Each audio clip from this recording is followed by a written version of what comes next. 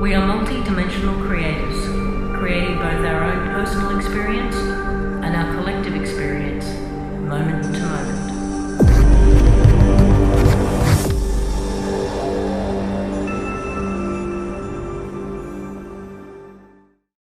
Hello, and welcome everybody to this week's special edition of the Collective Imagination. We're doing it early this week, because of my error in all the time changes, me being in San Francisco.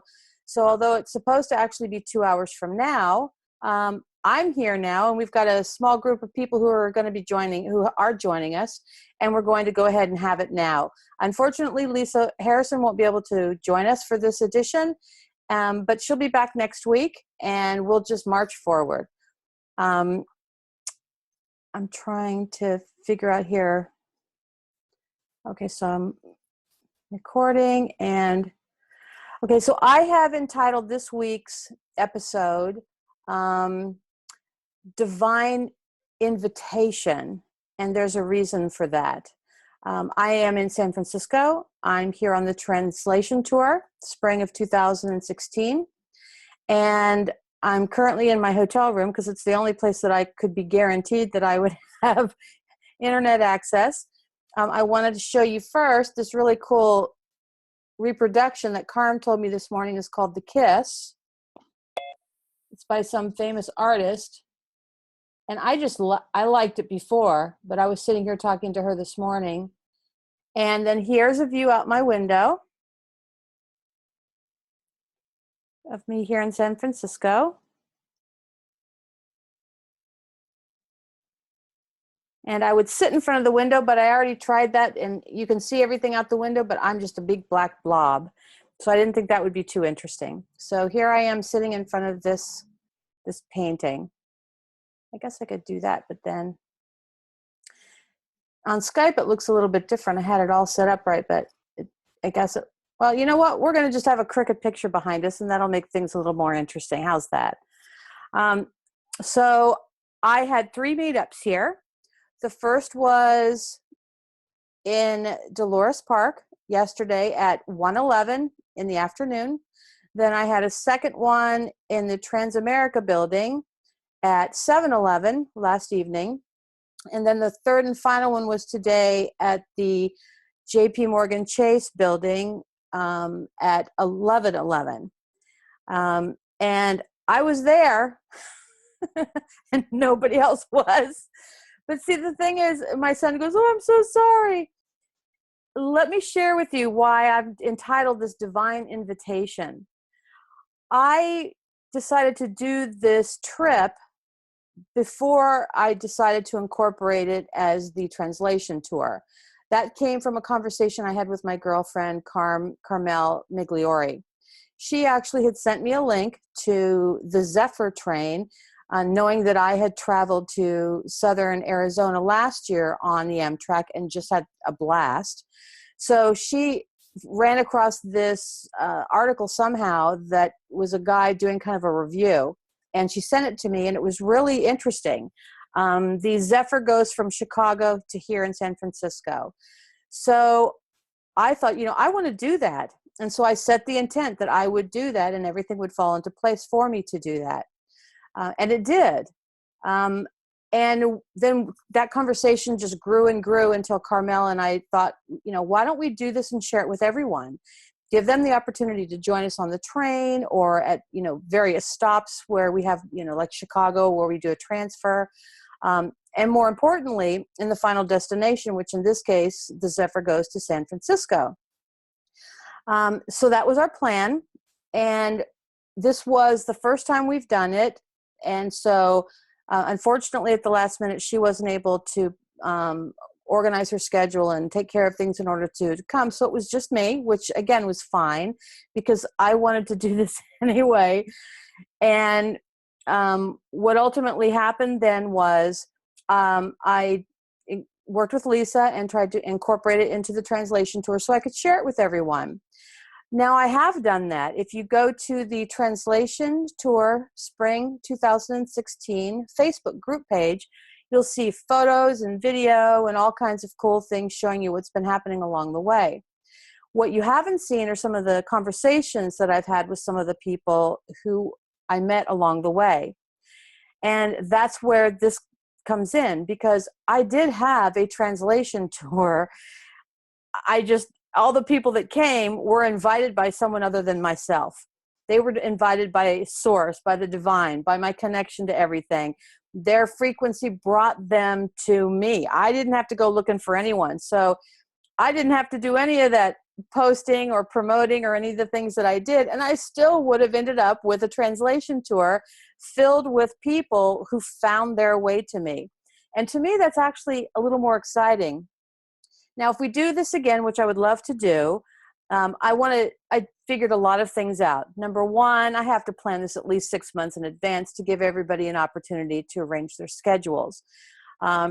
Two, even at the final destination, if people live nearby, just for them to arrange to go to wherever it is I'm going, I need to give them more than just, 1 day's notice, which is what I did. I came on Sunday.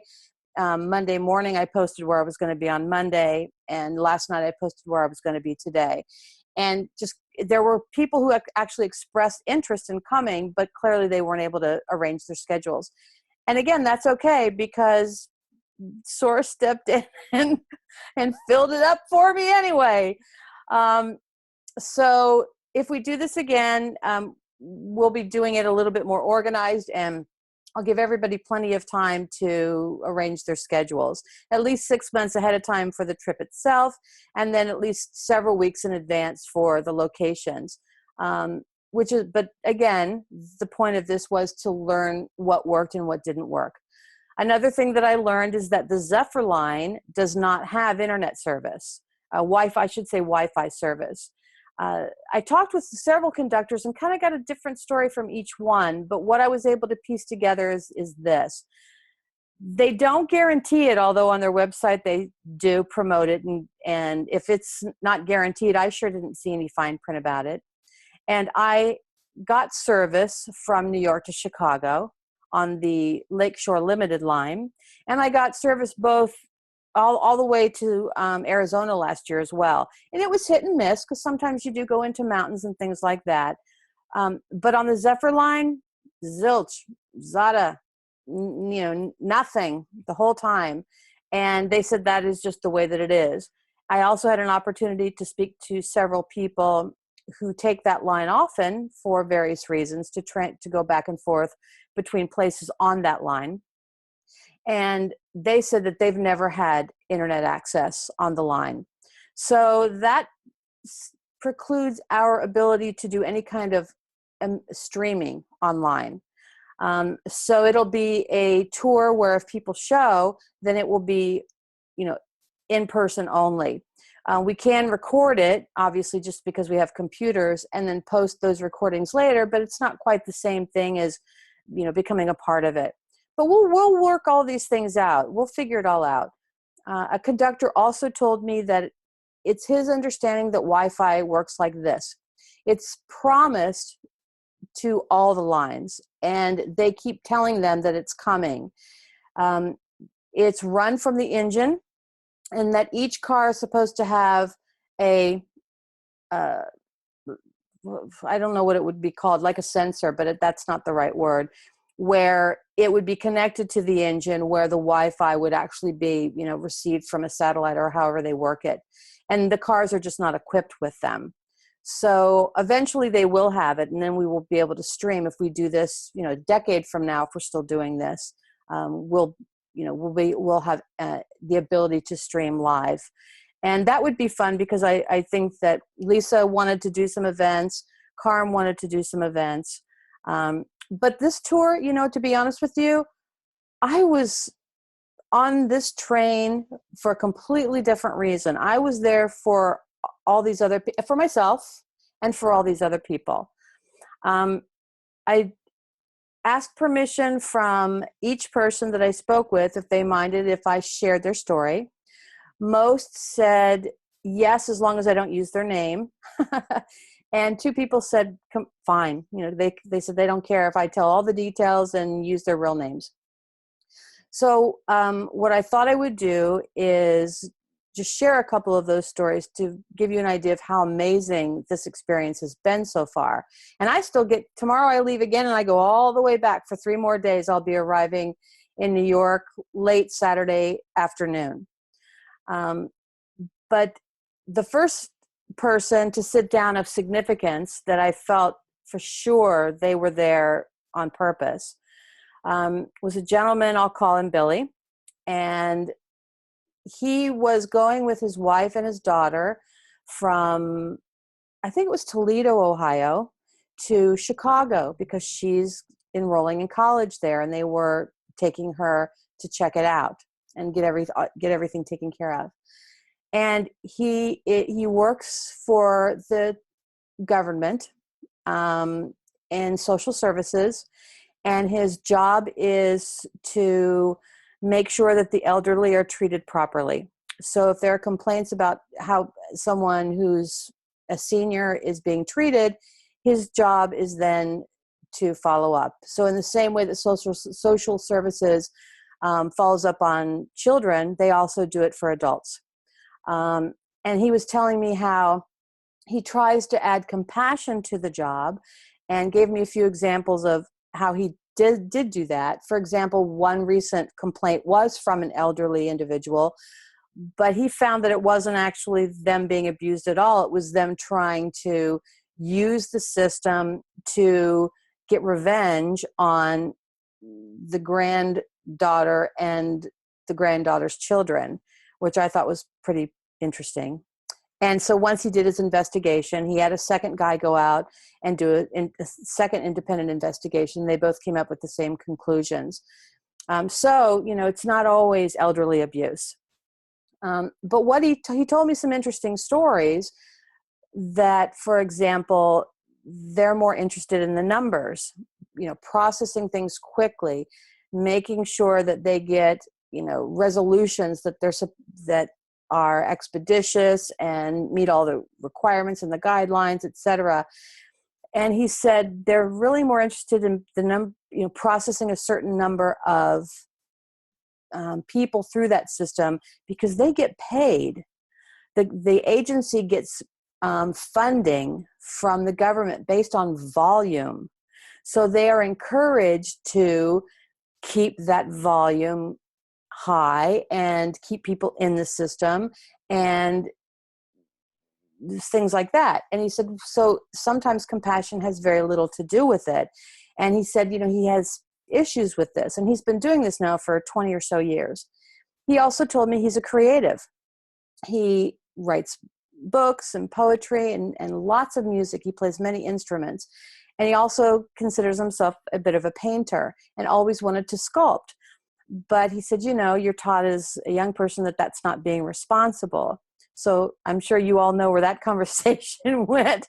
And I didn't, what's the word?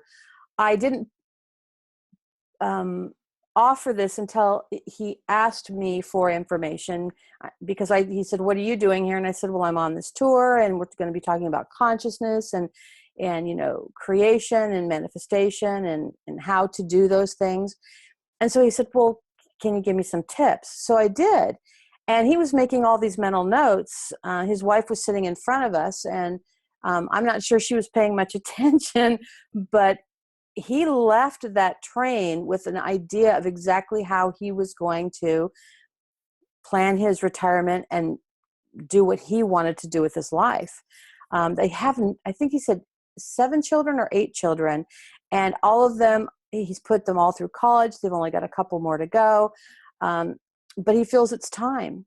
And I got a great sense of relief from him that he just happened to sit there and get this information on something that he had been pondering for some time. Now, the other most powerful story I've had so far, I'm going to what should I call her? I mean, she gave me permission to use her name, but I'm not sure how I feel about that yet. I'll just call her Sandy. That's a good name. I was taking pictures all the time, and I was in the observation area taking some photos, probably in around the sunset time. And she just sat down next to me and started talking to me about, oh, I love photography myself. I've been thinking about taking some classes in it so that I can get a degree and get a job doing this for a living. And I said, well, and she looked like she was 17, 18. Turns out she's 27. And I said, you don't necessarily have to go to school for this, but because you either have talent or you don't. And if you have talent, then you take the pictures and then you find the market for that. And I told her some of the things that I had done with my photography and my digital art, because I do a lot of manipulation with Photoshop too. And she took me to her Facebook page, and this girl is extremely talented. And so she sat down just because of her interest in photography. And then she explained that she has attention deficit disorder. And she really does, because she's like constantly moving from subject to subject. So she was talking a lot. And she filled that with telling me why she was on the train. And she now lives in Denver, Colorado, but she's originally from Jersey. And she had gone home for the funeral of her brother, who was just a few years older than she. He still lived with their mom at home. And apparently last week, they had an argument. And his mom basically said, get out. And he said, well, I was going to get out anyway. So he got on his motorcycle and took off. And about a block and a half from the house, he was involved in an accident where he and the two passengers of the vehicle that collided. And I don't have all the details, so I don't know exactly how it happened, but it doesn't really matter. They all passed. They all died. And obviously the mother is just, can you imagine, distraught that was the last conversation. And it evolved from an argument that they had and if only kind of thing. So I said, well, listen, I have a few things I can share with you if you're interested, but only if you would like for me to. And of course she said yes. So I told her, some of the stories that I believe that, there's a way for her to communicate with her brother. She's interested. He's just a frequency. He's an energy like we all are. Obviously I went into much more detail because we talked for a few hours. She did most of the talking. I did a little bit of the talking.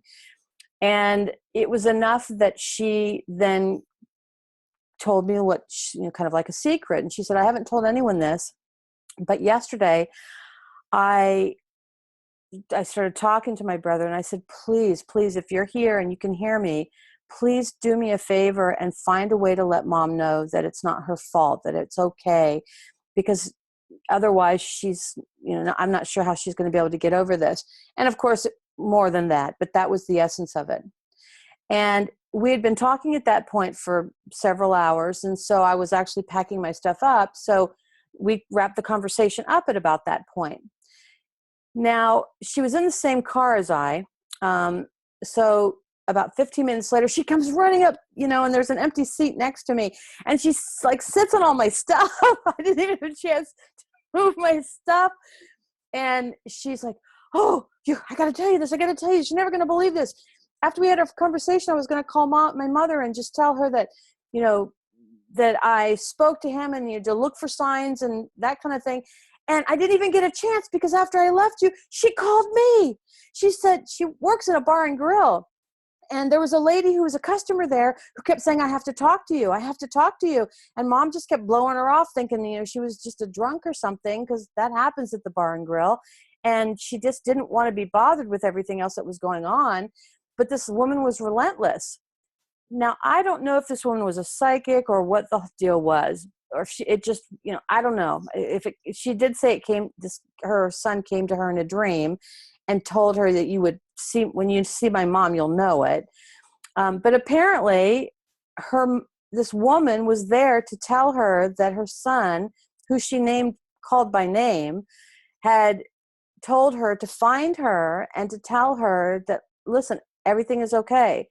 This was the way it's supposed to be, that I'm actually now a soul worker, whatever that means. And she was reading me this whole long message that her mother had sent her. So as we were having this conversation, and as she was revealing to me that she, said to her brother, please do me this favor, her mom was actually at that moment having this conversation with the stranger. So she's like all excited and telling me all the details and reading it all to me. And she's like, I can't believe it. I can't believe it. I'm forever changed. It's true. It's true. I'm so glad that I ran into it. And then she left. And then no more than 5 minutes later, she comes back again. And she says, oh, my stuff again. And she says, I have to show you this. Look. Her mom had taken a screenshot after she had sent that text message to her daughter, forwarded the text, written the text message about the experience. Her phone rang. And again, she's still at work at the Bar and Grill. And the only thing on the caller ID was the number 1, just the number 1. And then the phone rang 3 times and stopped ringing. And didn't, she didn't even have a chance to really answer it. No voicemail, nothing, just a call from the number 1. So being that my friend Carm is a numerologist, I know a little bit about what some of the primary numbers are. And so I knew what 1 meant and I knew what 3 meant. And so 1 is, it's source, it's you, it's connection, it's, what we all think of when we think of 1. And 3, it just in its basic form is happiness. So they're either sending happiness to the mom, saying I'm happy, I'm connected to source, and I'm happy, but her mother felt like that was also from the son, and so did the daughter. And so she showed me the screenshot. She goes, see, look, this is where I talked to mom. And right after that, look, here's that call, to kind of prove to me that it was real. And I said, you don't have to prove anything to me. And it doesn't matter if I believe you. I do, but it doesn't matter. It matters what you feel. If you feel your way into that and that feels right to you, then that's what's real. That's your reality. And she's stayed in touch with me ever since. But that was one of the more powerful stories, simply because she sat down to talk about photography. And the next thing you know, I'm embroiled in this amazing roller coaster of synchronicities related to that conversation that we had. So that was a couple of them. I had many of them here too, but mostly with homeless. And birds and animals, they're like coming right up to me. I mean, literally like flying right up and stopping in front of me. Or if I'm sitting someplace, they come over and just stand there and like look at me. And the homeless are constantly stopping me. Just not, some to ask me for money, but some just, I can tell there's like, there's like an attraction that they need to talk to me for some reason. So I've had some pretty amazing conversations with some of the folks here as well. But that gives you a general idea. And then, so I feel that the translation tour, everyone who's supposed to be on it was already invited, but they weren't invited by me or Lisa or anyone else. They were invited by Source. So let me open it up. Let me see, are there any, I haven't been following the chat. Anybody want to come on and, and share some stories or tell me about your feelings about, the tour so far? I know many of you have been following the photos and the videos. Well, I wanted to say, Barbara, that I thought that was an absolutely awesome story about the young lady. I mean, yeah, absolutely. And I wanted to ask you a question. Did you experience self-service okay on the trains all the way out and all the way back? Self-service? What do you mean? Cellular service? Oh, yeah, I did. Had cell service, except it did cut out when I was in the mountains in Colorado for several hours, because you're literally in the mountain. And then the valleys of, I think it was Utah, somewhere we go through valleys, and it cut in and out. But it was pretty strong and reliable most of the time. And that's how I posted most of the things that I did. And even video, I connect my computer to view, via using it as a hub to my cell phone. And then I was able to upload a couple of videos. But a 2-minute video took like more than an hour to load. So I was trying to do the best that I could, but I couldn't get very many of those videos up. When I got get you. home, wait till you see what I have. You guys are, you're going to be so excited and thrilled. I have some amazing sunrise and sunset video. I have one of the most beautiful places we drove through at night was Salt Lake City, Utah, which I didn't realize it was even more than just, a blink of a place, but it was extremely well lit for mile upon mile upon mile. And then as we got into the station, it was just extremely well lit, even in the middle. It was like 2 a.m. So luckily I captured that on video, and it's just breathtaking at points. It was like 5 minutes long, but obviously there's no way I'm going to be able to upload that. So when I get home, I'll, share so much more that you haven't had an opportunity to see yet. Well, the only reason really I was asking is because when you were saying that about the Wi-Fi, I thought about Zoom on the mobile apps. Oh, For streaming. I never even thought about that. I guess I could. I'll try that on the way home. Maybe I'll hook up with you and see if we can, give it a shot and see what happens. Just as a testing mode. Thank you for the suggestion. Sure, you're absolutely welcome. If you've got someone on the other end that's actually doing the recording of what you're doing, then it wouldn't be that hard to upload it, I wouldn't think, after, a period of time, whatever. Yeah, that's a really good point. And I've used Zoom on my phone once. When I was in Arizona, I was walking. Lisa wanted to have a meeting with me and Danny about something. And I wasn't home, but I had my cell. So I quickly loaded it. And as I walked, I switched my phone so that, they were seeing what I was seeing as I was walking. And we had our meeting on Zoom that way. So it does work pretty well. What about Lee? Lee, I think that you're here on the line, and you've been very complimentary along the way with some of your comments on the board. Are you there? I'm here. Are you there? Well, if you don't want to come out, that's perfectly fine too. I'm also curious if you guys had more warning, like if you knew that we were going to do something like this months in advance. Would that be something that you would even be interested in? Well, I'll tell you what, why don't folks go to the board, the tour page, and post any comments relative to that there. I've had many people contact me asking me to participate electronically. It's just, I just have to figure out the logistics of that. Because I love traveling the train, and I know that I'll do it again. I just would like to figure out a way to share this with many other people. I also know, that's why I wanted it to be hello? Who is that? I also wanted to find a way to share it simply because I want people to know that you can manifest whatever you want. I'm sitting here in San Francisco. I manifested this whole trip. And what's interesting is while I've been here, I've gotten signs that are, every 20 seconds or so that I'm in the right place. For example, when I was walking over to Dolores Park yesterday, I kept getting certain numbers, and I kept laughing because everywhere I went, the numbers that caught my eye totaled the same 2 numbers over and over and over. And my mom is here. I don't know how exactly she works that out, being that she's deceased, but her energy's here in some form because I'm getting constant signs and confirmations of that. I'll ask a question and my answer is 3 seconds. I see it somewhere. And then I got lost for 5 minutes, or I just went too far down one of the streets.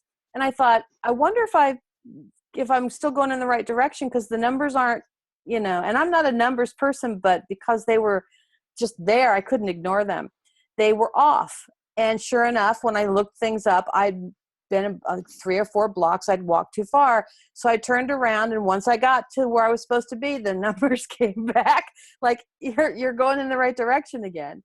And everything that I'm thinking literally comes back to me within just a few moments, no matter what it is, in some other form. And it's just what I'm thinking, or or pondering or meditating on or whatever. I'm not saying it aloud. I'm not writing it down. I'm not asking for it as an intent, but it's literally, it's constant. This trip has been so connected because I hear so many of folks talk about how I've heard on this show, and even more so on Lisa and Danny's show, the One People Roundtable, that there's a few folks that follow both of us that they're in foreclosure and facing other challenges, that they're having health issues or other money types of issues. And the way that I'm watching people deal with it is they believe in this, but you still hear them talking about how they're struggling, how they're trying to get past it, how are they going to make it. And it's the wrong conversation, because that's going to just give you more of that. And that's why I wanted some of the people to just set the intent to come, because if you do, you would have been there. And I know this because my life is completely different than it was, say, 5 years ago. I don't worry about money. I don't worry about how I'm going to get certain things done that have to get done, like this trip, because I know that they just will take care of themselves, because they always do. And that's what I wanted to pass along to people, because if you find a way to, and it's a little bit personalized, what works for me may not be exactly how it works for you, but at least it's the right concept, so that you then figure out through trial and error what specifically works for you within this, range of concepts. Then these other issues will go away. Or, for example, what if you did lose your house, or you did lose your job? Well, maybe you did because it's the quickest way to get you to wherever it is that you already said that you wanted to go.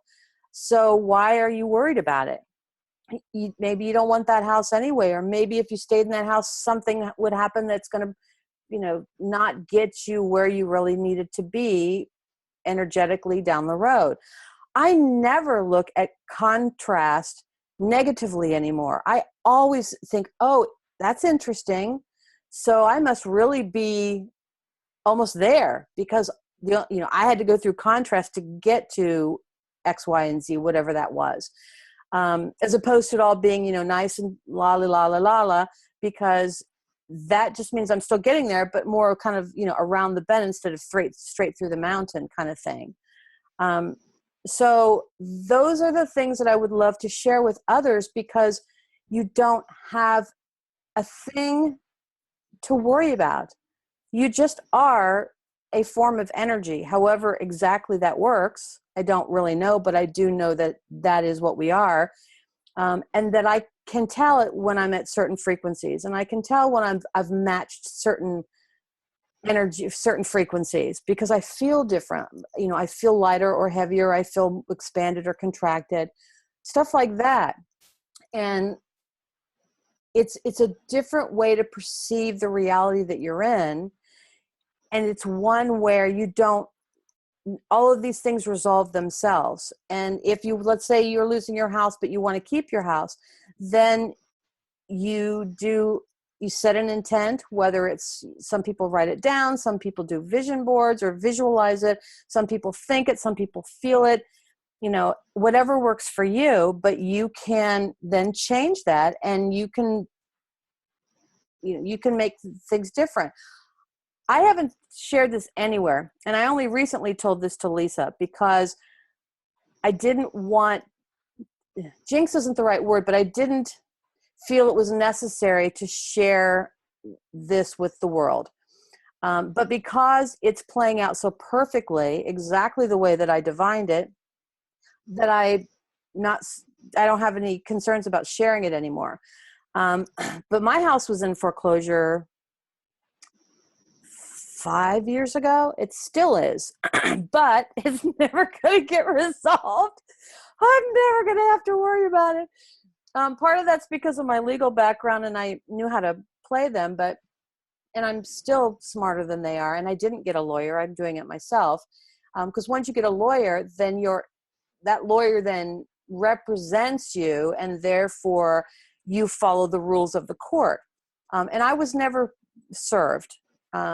and believe me, I have 5 other things at least, if not 12 other things that I'll just say that they fucked up on through the course of this, that I've tracked, that I could go in over and over and over and over again and still slam them. But they made it easy on me and they never served me. And yet they said they served me with personal service. Well, because I know all of this, what they didn't realize was that they have, and I know this because I worked in law, and my first job out of college was in collections, a collection law firm. You get paid more if you get personal service. So most process servers try to get it. If they don't get it, or if they don't have time for it, they still write out paperwork as if they did. Because it's rare, if ever, that anyone ever disputes it. Or even answers. They just, everything, they don't respond at all. And so it goes through default, and then they just process it away because nobody answered at all. So they don't really worry that much about it. And process servers, I know this because I was involved with them. They do this because they get paid more money when they say that it was personal service.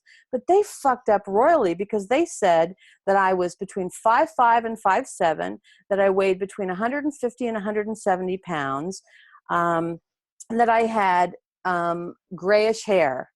Well, excuse me, I'm barely 5'3" when the wind blows my hair up. Although I have some gray naturally, I don't show it. And at the time I weighed about 225, 230 pounds. And right now I weigh I don't really know. I don't weigh myself, maybe 200. But I don't know how I look on camera, but I carry it well. But they screw it up because my physicality is my evidence that I was never served. So without going into all the details, I can tell you that I wrote motions and things like that, and the judges keep giving it to another judge. And then when they're supposed to make a decision I've filed a motion to dismiss after 2 years of going through a mandatory mediation session where I went in saying that, I've been trying to get you to give me a full accounting for the entire length of my loan. And I'm happy to participate as long as I don't give up any rights that the name Barbara Carnes would have. Because I am not Barbara Carnes. I am the something administrator of the entity known as Barbara Carnes. I'd have to look at my paperwork to see how I signed that. So I went through that to force them to give me a full accounting because I knew they never would. And they never did. And what was funny was that there were meetings where the mediator had insisted that they come back the next month with a full accounting. And of course, not only did they not, they followed this programmed little thing. And each time you get a different lawyer, and each one has a different specialty, I can tell. And some of them are like newbies that are, they stick them in at certain points just to give them some experience. They don't know jack shit about what's going on. Every single one of them is hired by this main firm as an independent counsel, an independent local counsel. So they don't even communicate with each other. They clearly aren't taking notes at these meetings that have any value because the next person at the next meeting knows nothing about what happened before. So one meeting when they said that he insisted, he goes, I will not let this go by, Ms. Carnes. You will get your full accounting next month. So we come, and not only did they not have it, the woman sits down and says, we sent her a loan mediation agreement and it had all these terms. And I went, excuse me. She goes, I'm not finished yet. Judge, tell her she doesn't have the right to interrupt. And I'm like, all right, keep talking. Because she had an agenda. It was at that point in the process where if they weren't resolving things, they offered me a mediation to drop the interest rate to 1% to resolve this. So I let her go because she thought she thought she was the winner. This is her specialty. When she got done talking, I get right in her face like this. And I said, this has never been an issue of money. This is an issue of you providing me with a complete accounting. And went into what had been promised and said the meeting before. And then clearly you were not informed. And so the judge kind of reprimanded him and said, come back the next month. So every month I came back and I never got it. And the thing is, I wanted that process to go on as long as possible, just to by the time that, I needed. And also, I'm the only constant in the whole thing. I'm the only one who knows everything that's happened at every meeting, at every turn, and I'm keeping copious notes. I've also been very clear from the very beginning when I filed an answer that I'm not in this process. I'm participating as a courtesy so that you don't then, just march through with the default process, but that I'm not in this process. I'm here only as a courtesy because you guys are fucking up and you're not giving me what you're supposed to be giving me. So here we are now, and it's past this mediation, and the next step is they file a motion for summary judgment, which is their typical thing. And I laugh and I file a motion to dismiss saying, listen, I was never served. This name was never served. My physicality is my evidence. So I don't care what motions they file. It doesn't matter. They're moot because there is no case. This case does not exist. And until the issue of service is resolved, there's nothing else to discuss. So now it's gone from one justice who was supposed to respond, issue an order to both their motion for summary judgment and mine for dismissal. And he sent me this form that says, are you sure this is really what you want to do? Do you want to try to settle this? Because he didn't want to decide it. Because I even wrote in one of the cases, I wrote, listen, you guys screwed up. If this gets out, do you realize that every single case that Wells Fargo has ever had is now suspect? Because if you didn't sue me, or if you didn't serve me, but yet you said that you did, and a fraudulent document of service is now filed in this case, then every other case where services, personal service was proclaimed is now suspect, and the courts will be riddled with all these back cases. Do you really want to open yourself up to that? And then, so that justice didn't want to decide it. So he passed it to a second justice. Now, how they did that, I don't know. And then that justice was he called a meeting for us to come in September, but I was already in Arizona. And I called their office and I said, listen, I want to appear. I said, because my physicality is my evidence, but I can't make it. And you can't tell me that, you give me 1 week to be there. I've got obligations that I'm not in the state. I'm not planning to be in the state, and you can't make me. I do not consent. I use those words. I do not consent, and you cannot force me, and you know it. So what they did instead was they said that I had approved, and they wrote this in a document saying I had approved that for the other side's motion for summary judgment to be heard, but nothing about my motion to dismiss. And I called him up and I said, I got a copy of the document that you filed. I said, are you kidding me? You're telling me that I said it was okay, that I'm like saying, yes, please move forward with their motion for summary judgment and give us a decision. I said, I never said that. You can't prove that I said it. And the fact that you guys are now saying that I said that shows that you in the court system are now participating in this fraud. So she's like, send us a fax. And so each time they asked me to send a fax, which I did. And I not only did I send the fax, I sent copy certified mail after the fact to make sure that I had a record. And I also included the president of Wells Fargo and the vice president who's in charge of all the foreclosure stuff, and for their personal signatures only. Now, whether they read it or not is beside the point, but I used to work at Travelers Insurance in their real estate investment division, and I know how that it works on the inside. So it got delivered to them all right, but they probably looked at it and went, I don't have time for this, and passed it to someone else. But they're still paying attention. So they're seeing how really screwed up they are now. So then that justice passed it to another justice who just took, was brought in January of this year. And he's now supposed to be deciding this. And then because they changed justices again, I took copies of every fax that I ever sent and sent it to him and the president of Wells Fargo again and everybody I did before, saying, listen, this has been transferred to you, but since I've asked for these things to be made of record, and I don't see that they're of record anywhere. So because there's already been fraud perpetrated in the court system right now, I'm sending this to you via certified mail so that you can't say that you didn't get a copy of it. And I basically said something along the lines of, you guys you guys are fucking this up so bad that not only do I wish for this I'm asking for this to be dismissed, I'm asking for it to be dismissed with prejudice so that you can never bring this case again, et cetera, et cetera. And now this guy's stalling, and no one wants to decide it because they've screwed up. So it doesn't matter if I'm right or wrong in this foreclosure process. All that matters is what they've done. And there's no way they're ever going to be able to. I'm sure if they don't dismiss it, then somebody got paid off. And then, I believe me, I have tricks there too. But if they do dismiss it, which I don't see how they have any choice but to, if they ever try to serve me or try to process this again, then I bring up this case. They're never going to get this property. And there's something called a suit to quiet title, means to quiet anyone who says they have a claim.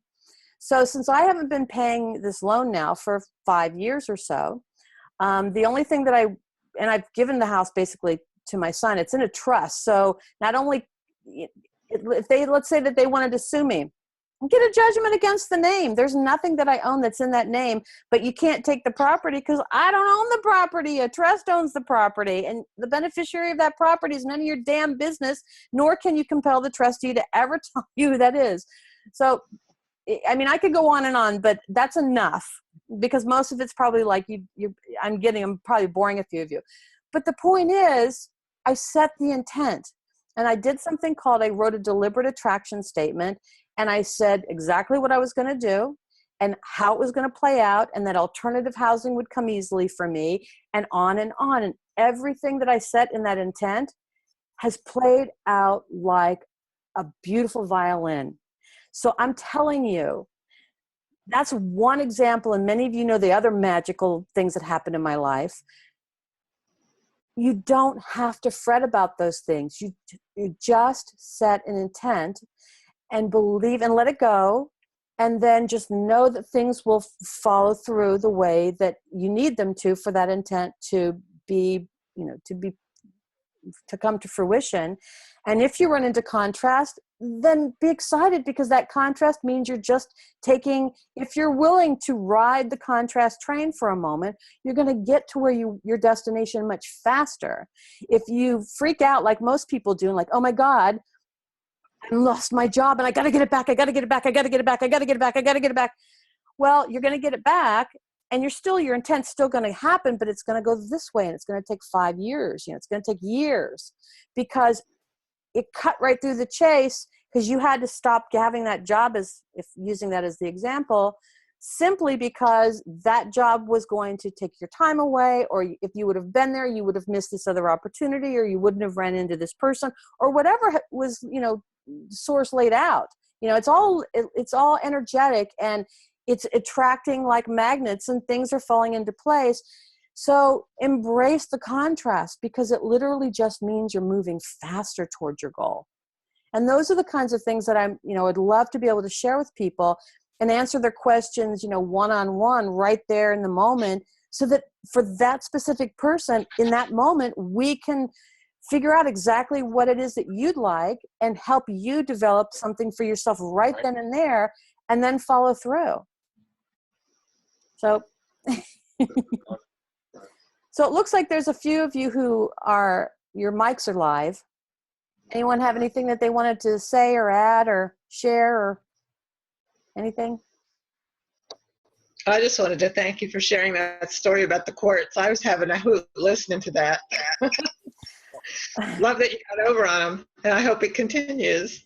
It will continue. There's no way that they will ever win this. They've just, because they are so regimented, and because they don't keep each other informed, there's no way that they can win this or any case if you just know, if you go, I could literally be feeding them baloney, and I still would win. And but whatever you need, there are other things that, just ask for it and it will come to you. You'll get an article about something. I forget what the clause is, but there's a certain clause that says whenever a loan is sold, and most loans are sold, there is a certain period of time that a certain piece of paperwork must be filed. Well, until say like a year ago, no lender did that. they did it, but they'd do it late, or if they were going to file foreclosure, they would do it then, and it was already 5 years past the limit, but nobody questioned anything. So if, that kind of information will fall into your lap if you're looking to resolve your issue. Another issue is, what was the other one? Hang on a second. Hang on. Let's see. Padiddly-do. I can't think of what it is. But I just know that in my particular case that there are many different things that I've been tracking along the way. So all you'd have to do is just decide that you want to keep the house or whatever it is. But see that again, if you make that choice, what if that choice is stopping you from whatever your bigger goal is? So just make sure that if you're choosing that, you're choosing it because it's part of a bigger plan for you, and you're not, stopping yourself from actually ever being able to achieve your ultimate goal. When I first sat down with this, I didn't want to keep this house.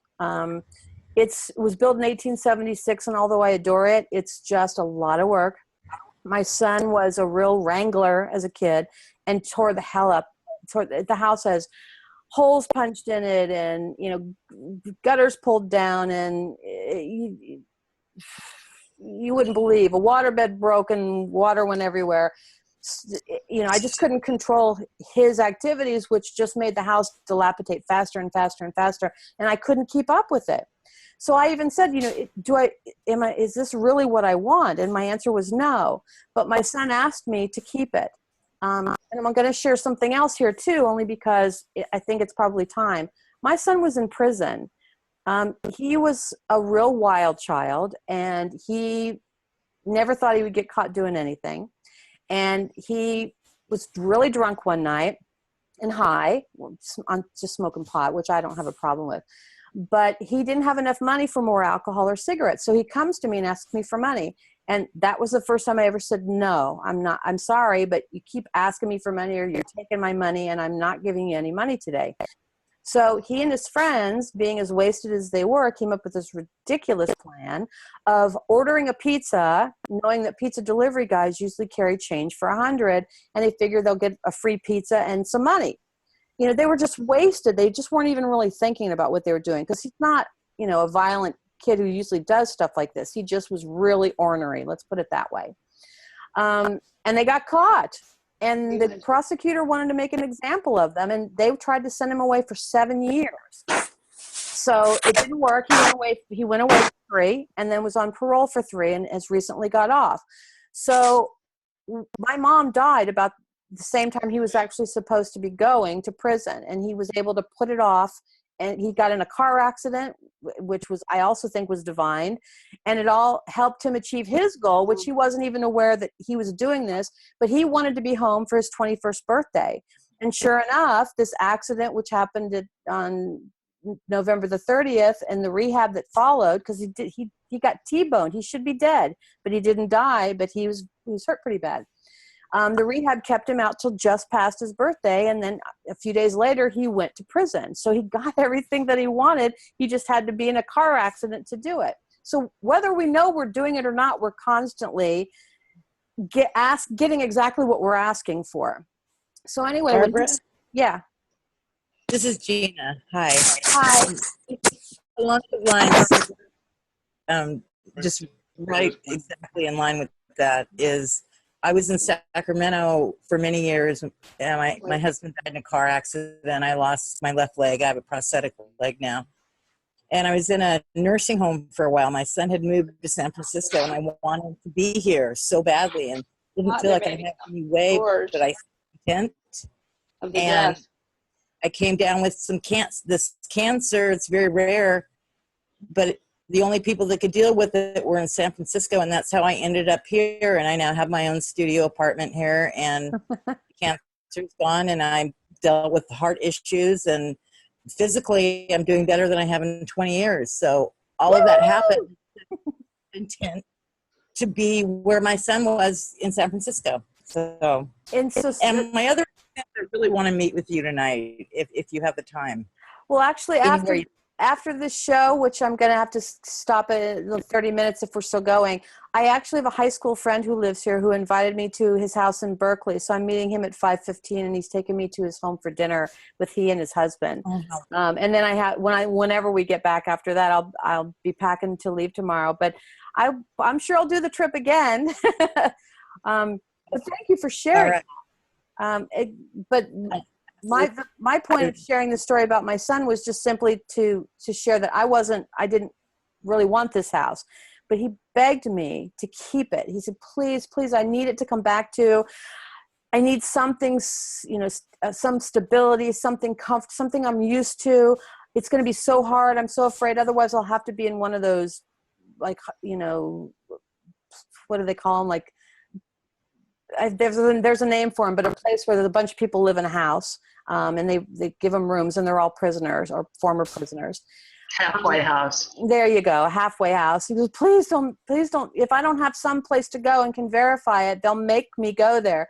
So I got it. So I spent all the money that mom had given me keeping the house for those few years, and I actually ran out of money. And I had one winter where I didn't even get any oil for heat because I was using the money to send him packages instead.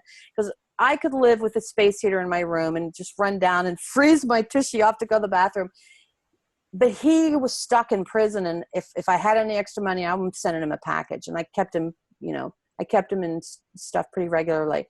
So this whole time I'm thinking, why am I keeping this house? I don't want this house. And that's when I sat down and said, okay, what is my intent? And my intent was, if this is what is supposed to be for my son, then help me make my way through it, and then find a way for the house to go into his name, and for me to find alternative housing easily, and that's when I said this, and it was a deliberate attraction statement. I literally wrote it out, and I said it every morning, and it for about a month or so, and then I knew it. All I'd have to do is think, and kind of the feeling of it was there.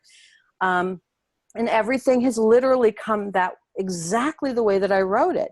So I don't want this house, but my son does have it, and now I stay there for the few months until I go. I now have a steady place in Tucson. The couple there, and that was housing, came easily to me. It just fell in my lap.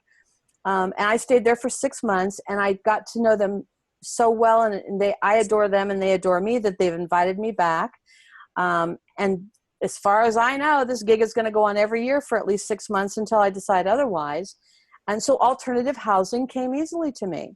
And then I come here, and I stay, or here meaning New York, and I stay at my son's house. And this court case will just be there forever until I file this suit for quiet title to make them go away and say, bye-bye, see you later, you have no claim. And all we have to do is start paying the taxes every year to prove that, I'm not relying on them anymore. So my son is going to start doing that January of next year. And after we do that for 2 or 3 years, we can file the suit to quiet title and easily just, brush them away. Bye-bye, see you later. I'm sure what their goal is, because I used to work for the law firms, is that they may try again, but I think that they've already realized that they're dealing with a contender here. So maybe they don't want to put up with that again. But they won't ever satisfy the mortgage or let me go, thinking that one day I may die or try to sell it, and that's when they'll get their money, because that's what they do. But I'm way ahead of them. So again, the whole idea is, I didn't really want to keep this house, but I didn't want to get rid of it if that's what my son wanted. So I figured out an intent that would work for everyone and just let it go. And that's exactly what has happened. So all of that tragedy has landed me in the most beautiful, wonderful place I've ever been in my life, as some of the other folks are, sharing here today as well. Anybody else have any cool stories? I don't mind sharing something I'm working on, and Please. I actually attracted the community, if you will, that I'm involved in now. Last year, I just didn't even realize that's what I was doing. Several here know that story. I wanted community. I was envisioning gardening, living, that sort of thing. and just kind of fell into the campfire chat and, being here with all of you. And in my mind, that is community. And so, and I was like, wow, that really happened. It might not have been the way but I wasn't really very specific either. And I didn't really know what I wanted except community. And so, there's that, but my thoughts and visions are getting a lot clearer now. And I want to develop something called a sacred healing space to kind of go along with our sacred healing space tribe. And I'm ready to bring that into the physical now. And I've found the place I think that is really going to be the one. And I'm already in there. I mean, I'm there. I'm thinking about it.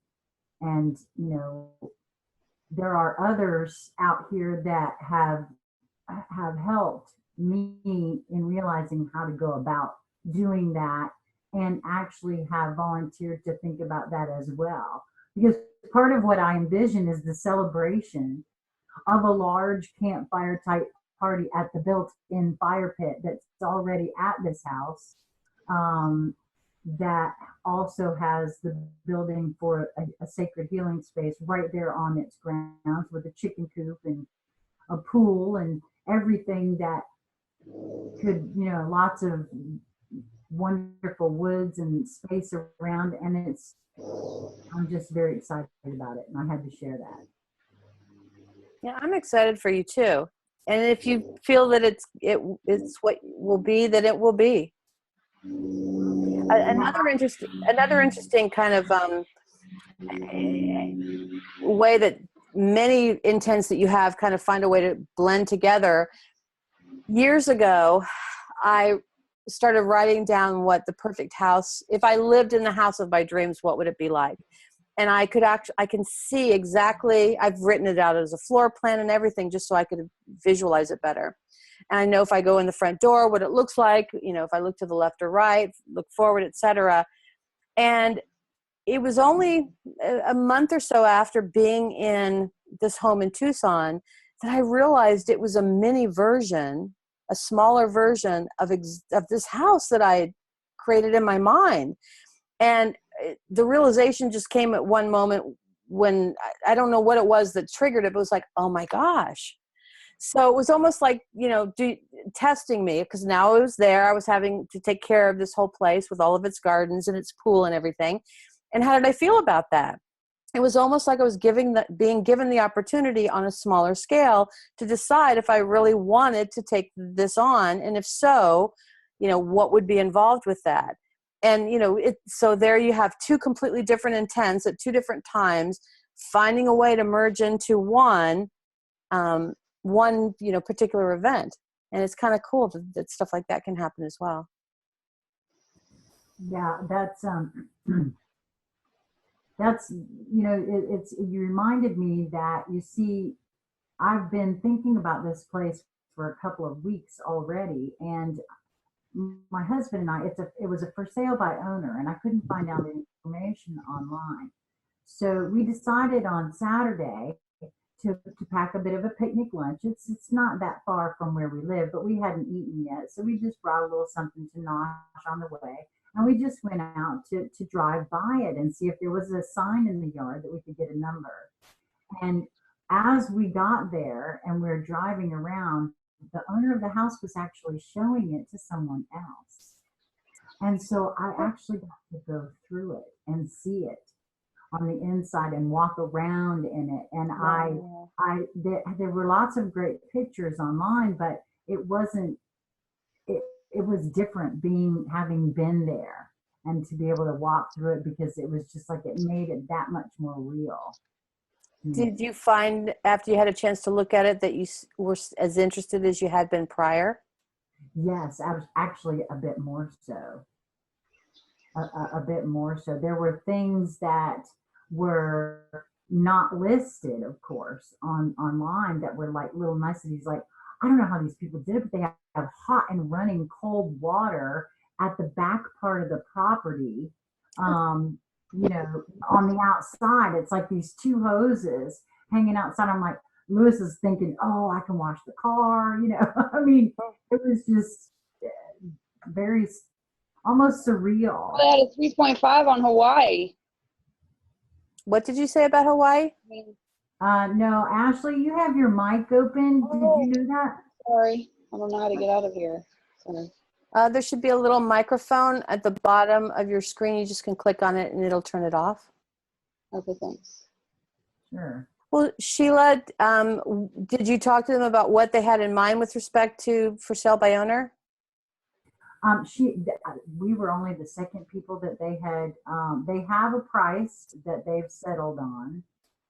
They are building another house, so they are currently living in it. And I wasn't ready to talk to them right then, of course, but yeah, I think they know what they would like to have it price wise anyway. Well, because if you're dealing with somebody who's willing to sell it themselves, one of the first questions I ask them is if would they be willing to consider something a little more flexible. In other words, pay something now and continue to pay something, every month almost. And then you can, the options are endless. But then you don't actually have to get a formal mortgage or anything like that. You're working directly with them. Some aren't. They're doing it for sale by owner because they just don't want to pay the realtor fees and they just want their money and they want to go. But others are desperate to sell or just, really interested in just getting this off their backs. And they're open to lots of different things. So if you ever want to if you get closer to talking to them about, specifics, and you would like to, because this is something for anyone who wants to try and live outside the system. Because if you get a mortgage, you're in the system, but you don't have to get a mortgage and be in the system. There are many ways that you can buy a house without getting a mortgage. And I ran a club for real estate investors when I finally left the law firm world for, 7 years or something until I sold it because it was a lot of work. So I know a lot about every possible way, everything to do with real estate, more than I wish I did. But if you get closer, let me know and I'll talk to you about, you tell me maybe what you're looking to do and then I'll help you to formulate how to talk to them and suggest some of those things because you never know until you ask. You'd be surprised how many will consider it. Actually, you're right. And I appreciate that, Barbara, because I really, personally, I feel the same way. If they say no, hey, at least I try. Yeah, and it's a great way to stay out of the system.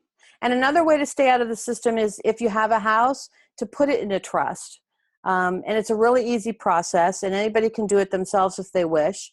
I helped another girlfriend of mine put her house in a trust because they can't say no. And these are tricks that the rich use to stay rich. That's why they're rich. And I know these tricks because I worked in law firms where we did a lot of this kind of stuff for our clients.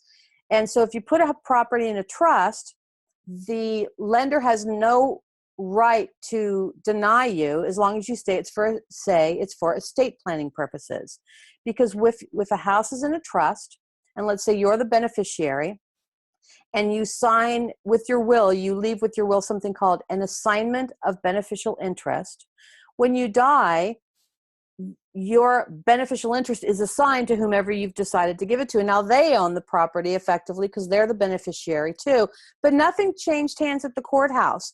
So there's no estate tax whatsoever, which is why most people lose their properties when someone they love dies, because there's a huge tax on a property once someone dies and they have to transfer it to someone else's name. This is all done outside the records. Nobody ever sees it. It's in your filing cabinet or your lawyer's filing cabinet, and nobody ever knows, because as far as the court knows, the records at the courthouse show that it's, in my case, it's called let's say the address is 123 Front Street. I named trusts after the property address, so it's the 123 Front Street Trust, and that doesn't change at the courthouse. So there's no transfer tax, there's no estate tax, and it helps people save their properties. So, but the secondary benefit is that if it ever does fall into foreclosure And usually you need to at least keep payments going for a couple of years more, so it doesn't look like you changed it into a trust just so you could screw them, because then they will try to have that trust set aside. And although, again, that's a process, you don't want the headache. So you put it in a trust and you make your payments for a few years, and then if for whatever reason things change, they could sue you personally and get a judgment against you, but you can tell them that you don't own the property, and that so the property is actually taken out of the equation. The bank can no longer get the property. The most they could do is get a judgment against you. And if you're like me, I don't exist except on paper, like my Social Security card. My bank accounts I set up a corporation, and the corporation's job is to take care of me. So, and because I'm an independent consultant, and you can only do this if you don't work for someone who, writes checks to you for your wages in your name. But every job I take, the money goes into this corporation, and then the corporation takes care of my expenses, whatever, just like, my own personal bank account. And that's its job, and that's completely legal. So they can get as many judgments against me personally as they want for the rest of their life. There's nothing that they can get.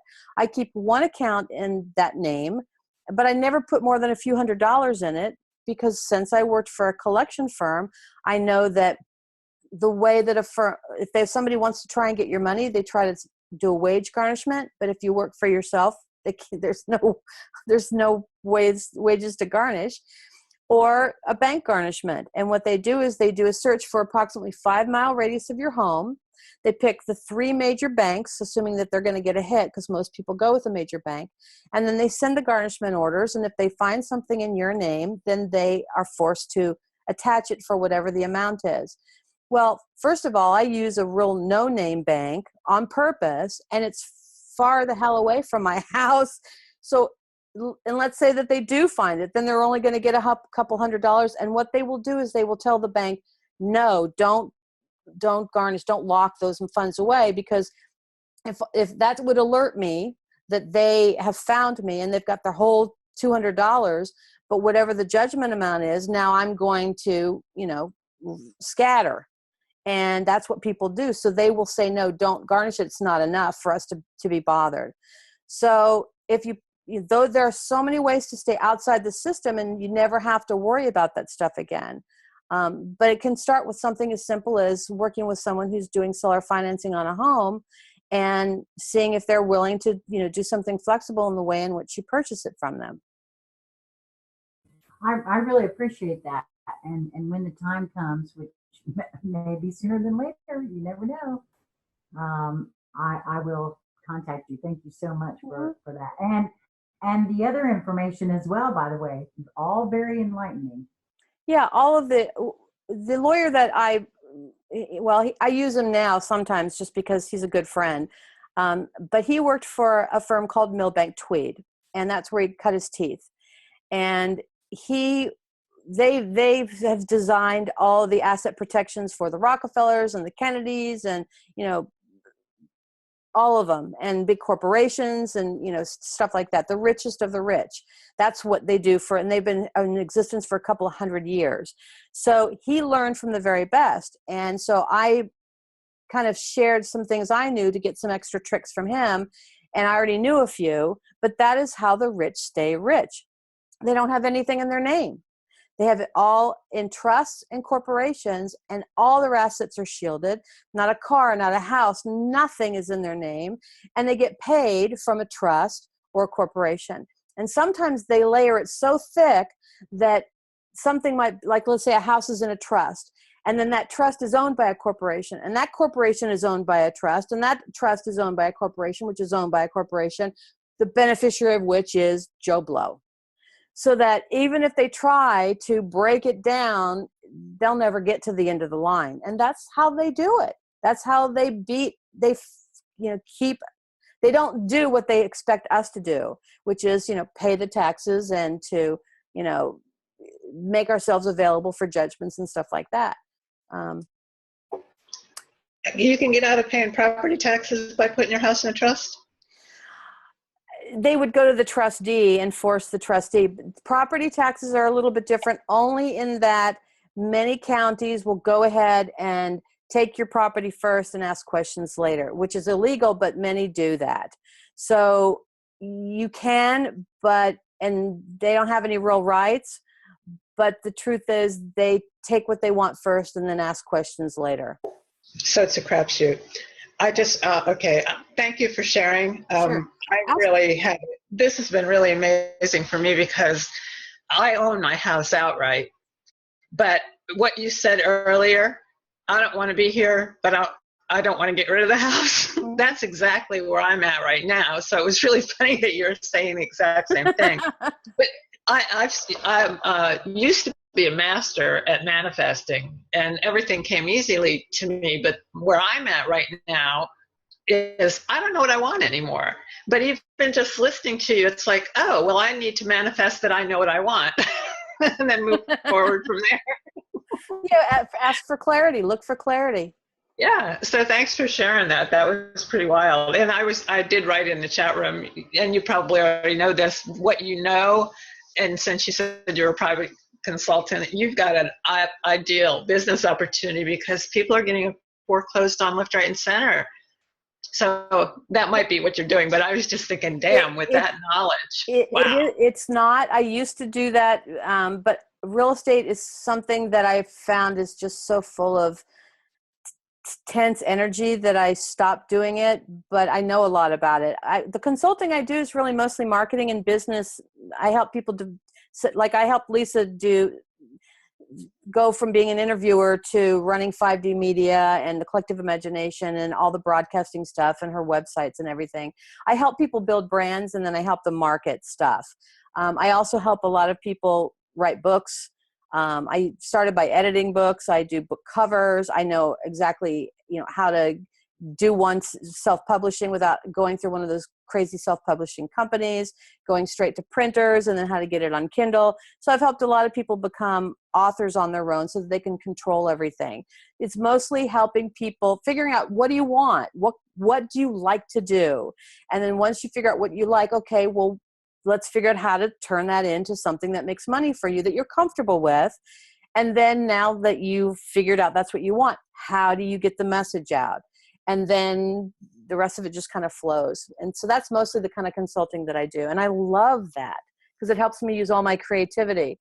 I do work with one client who I use all my art with. And any client that I do social media for, I use my own photos and I write sayings and stuff like that. So it gives me an opportunity to actually use my art and benefit these folks as well, and get paid for it. And anybody can do anything independently. You just have to figure out first, what do you like to do? That's it. You don't have to figure out, well, then how can I make money? That is the next step. But first, what do you think will make you money? Not what you think is the more responsible thing to do or what you can do. What do you like to do? What would you like to spend your time doing? And anyone can figure out how to turn that into something that either pays them, money, or exchanges, some kind of an exchange environment that takes care of all their needs. It doesn't. Thank you. Yeah, it does allow me the freedom to be able to get paid in a way that, that gives me the freedom to be completely off the grid. Well, we've got about 5 to 10 more minutes before I have to jump off and get ready for my dinner appointment, but I would love to hear more from you guys. Does anyone have any stories of manifestation or questions or things they'd like to share? I'd love to hear from you. I was wondering if I could share. Please. Let me put my camera on, or where to go. There I am. I have launched the In-Community Tour. I was messaging you on the train trip about that this thing had started, and we had a ceremony for the spring equinox at Sirius Community. And then, of course, Old Man Winter decided to shake his fist at us, and we got quite a bit of snow in the last couple of days. But it's all melting and it's still white outside my window. But it was a beautiful ceremony. And then on there was a Hearthstone Village potluck in the community center of Sirius, whereas I read my tour announcement, the intention that came to me as a download that I had read on the One People show, or actually I had Lisa read it on the One People show, and I've since developed that. And I just wanted to share a couple of things about what has happened since then. Yeah, please. Yeah, do you remember, did you happen to hear my original intention, The Awakening of Humanity, One People of Earth? I think I called it In Community Overland Tour at the time, but the name has since evolved to be The One People of Earth, In Community, Unity, Link and Sync Tour. The idea of uniting established and forming intentional communities to create an alternative solidarity economy where we take care of each other and don't rely on the system. So, I mean, and I'm the loving idea that. of a multi-directional tour, whereas you have multiple starting points and stops at many established, new, and forming intentional communities. Vehicles joining the caravans encouraged to convert to fuels beyond petroleum in the course of our journey together. Purpose is to share an idea of building a One Earth community switchboard created to network decentralized hubs in sustainable communities evolving as an alternative solidarity economy. Self-governance through the process of consensus decision-making on the local level in community is fostered. The goal of this multi-directional overland tour is to be the catalyst for spiritual, political, and economic transformation, reaching critical mass during the next 2 years and moving across the face of Gaia. We are the ones we've been waiting for. And as Brian Kelly has said many times, we're done waiting. Join us at any interface point along the caravan routes of our journey together as one life in synthesis. The time is now. And I'll just briefly talk about what has happened. On the 20th of March, we had the ceremonial launch. There was the spring equinox ritual in the Sirius Stone Circle Sanctuary at the community. And that was at 5:15 p.m. on Sunday, March 20th. That was followed by the Hearthstone Village Potluck Supper and the tour launch announcement, where I read that intention. And that was at 6:30 p.m. on the same night. Then the partial itinerary has been put together, and there's already been a walking tour at Juniper Hill Homestead, which is on it's on Schoolhouse Road, which intersects Baker Road. Its address is Amherst, but it's actually deep in the town of Shrewsbury. It's a Amherst PO delivers mail on the other side of the street. Even where I'm living here, where I'm talking to you from, is number 188 Baker Road, and that's got an Amherst zip code. It's just pretty strange. So that has already happened. That was on Sunday, April 3rd at 3:30 p.m. And I had a couple of guests who came to the open house tour at Sirius Community. They have that twice a month. And these two people came, and we went and met Alice-Ann Cunningham, whose homestead it is. They didn't have a whole lot of time. They got a brief glimpse of the goats, but they didn't get to watch the cheese making or anything else, or the chickens.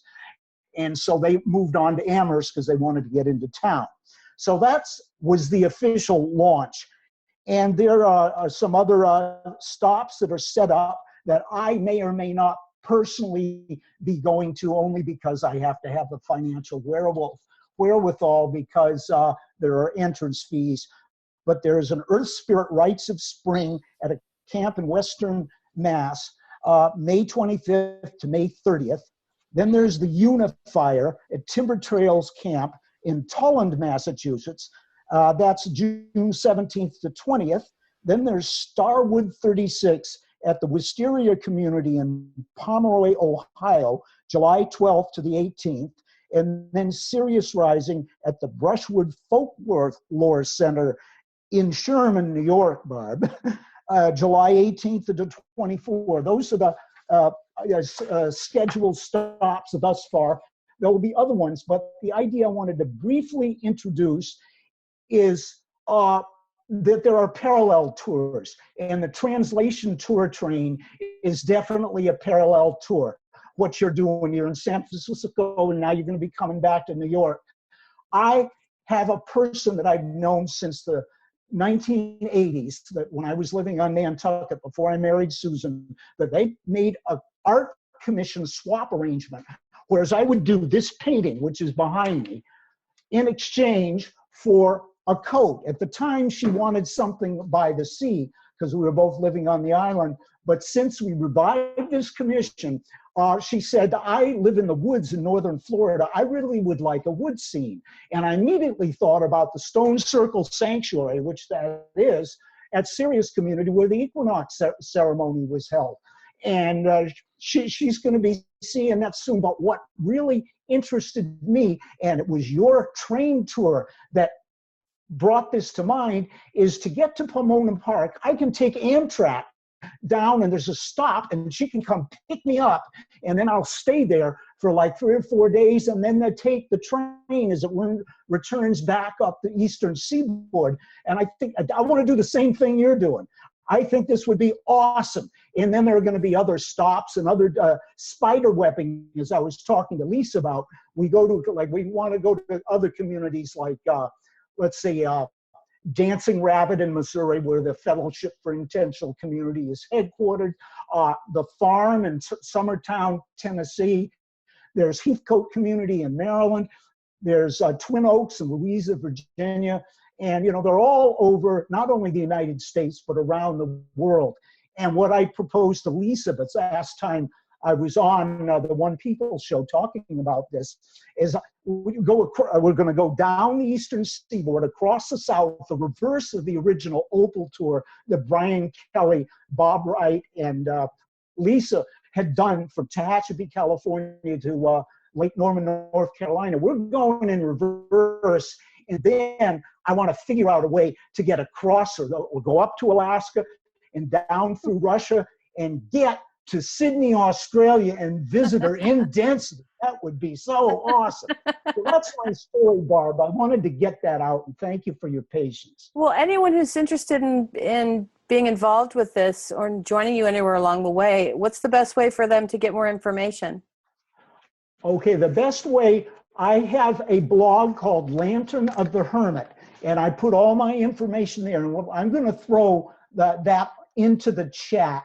I think that would probably be the best thing. So and for those who are listening to this online or in the archive, would that be lanternofthehermit.com? No, it's called Lantern of the Hermit, all one word, .blogspot.com. And that will get me to the most recent post. And I was just going to put this, I guess the thing is, I want to just cut and paste it, and I've got to get to, I can do this. You know, I love computer. Yeah, of course, somebody's going to try and get in touch with me when I'm doing this. You know, they're going to have to wait. Well, while you're doing that, I can talk so that you can concentrate a little bit. Go ahead and talk, and I'm just going to put that in the chat. And basically, I've said what I wanted to say, Barb, and I'm going to stay interfaced with you on the tour, the rest of the translation tour, and I am definitely plugging into the group that Carm has set up with Tess, and you're in it for 2 events at Blueberry Ridge in Newport, New Hampshire. Yeah. That is going to be on the community tour for sure. Yeah, and of course, there will be. Go ahead. There'll be the summer gathering at Strawberry Hill Farm. Robin Coulon is the steward, and that's in 2014. We had the gathering that was supposed to interface with the original Opal tour before they got diverted to Morocco. So this is going to be the 3rd summer gathering at Strawberry Hill. So that's on the tour too. So it's totally awesome, Barb. So I'm going to look for get my blog up and put the link, and I'll be done. Okay. I'm going to go. I'm planning on going as well and doing a presentation on how to manifest. That's wonderful. Yeah, I may bring a few T-shirts or something just for the fun of it. but I wanted to let people know that on the way back, I will be in Chicago on Friday. I believe I arrive at about 2:50, as long as the trains are on time. And I'll continue to post updates in the translation tour group page on Facebook. And I'll be there till I think like 9:30 or something, because the You train. know how hard I tried to find a way to get there and meet you in density and Chicago. I was going absolutely nuts. I was looking at all the buses, and I got buses that would get me into Chicago to the train station, and I'd get on the translation tour from Chicago back to New York Penn Station. But I couldn't get back to Amherst that night. The buses, I didn't want to be stuck in Boston. I didn't want to be stuck in Springfield, where I'd have to be overnight, because chances are I probably wouldn't sleep much on the train, and my health could break down. And I'm 66 years old now. My birthday was the day before the equinox. In fact, what's interesting is the equinox actually astronomically fell on the 19th of March, which is my birthday, and we went to a place called the Sophia Temple in Montague, Mass, where they have a spring equinox ritual. So I went back to back. There was one for the 20th of March. That was a pre-tour event that at that temple of Sophia, S-O-P-H-I-A. That's initials, but I don't have in my head what that stands for. But it's a Wiccan temple. This woman Tiana has started it in her home, and people come from. I would say there were 35 to 40 people there at that celebration. However, at Sirius Stone Circle, we had just 9, and we had 7 of the 9 at the potluck. But it was all good. It was all wonderful and fabulous. So now I'm going to put this up on the. So the layover is a long one, like he was talking about, but that's because the train I'm getting on, it does a sunrise and a sunset jaunt along the water, and the only way for you to be there at sunrise and sunset at these certain locations is to leave at a certain time. So I'll be in the Chicago Union Station from 2:50 till like 9:30.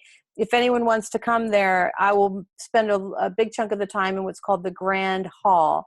But I'll keep you informed. If nobody shows, that's okay. Somebody who's already been invited by source will be there. I know.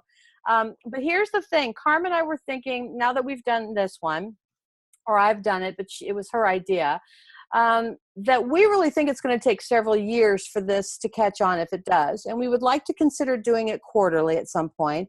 And, the train rides? Yeah, train rides every quarter somewhere. Great.